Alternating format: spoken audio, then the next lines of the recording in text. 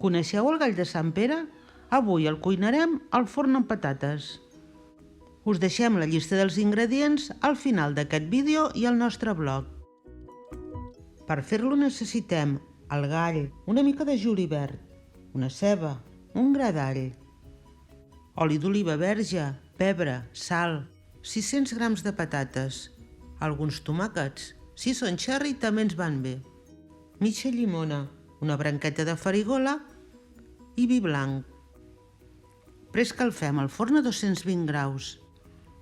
Pelem les patates i les cebes, les tallem a rodelles i els tomàquets per la meitat o a quarts. Preparem una plata de forn i l'untem amb oli. Hi posem les patates i les cebes i ho salem.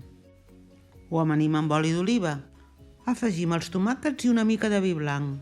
Tapem amb paper d'alumini i enfornem durant 30 minuts a 220 graus. Heu de demanar a la peixateria que quan us netegin el peix us el deixin sencer.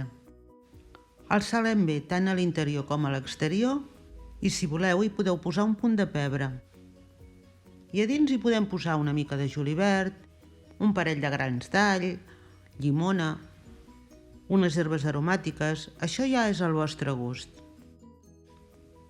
Passats els 30 minuts traiem la plata del forn, retirem el paper d'alumini i posem el peix al damunt de les patates i la ceba.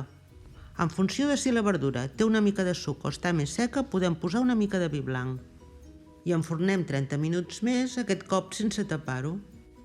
La cocció total de les patates és d'uns 40 minuts. La del peix varia en funció de la mida.